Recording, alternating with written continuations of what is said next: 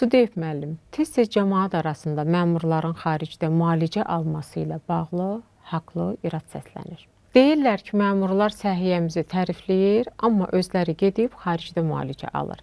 Niyə məmurlar bizim həkimlərə güvənmir? İmkanları var, bunların mali imkanları genişdir, gedirlər, xaricə gedirlər.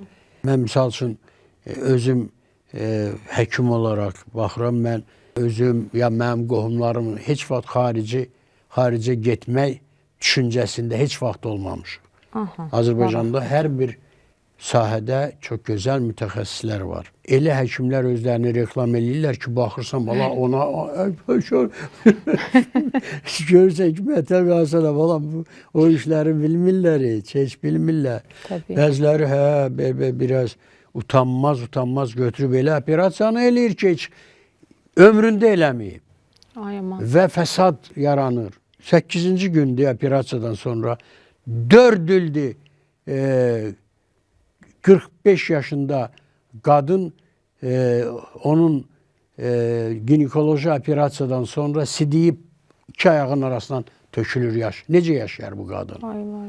Elə bir dirikən elə bir ölübdür yazıq.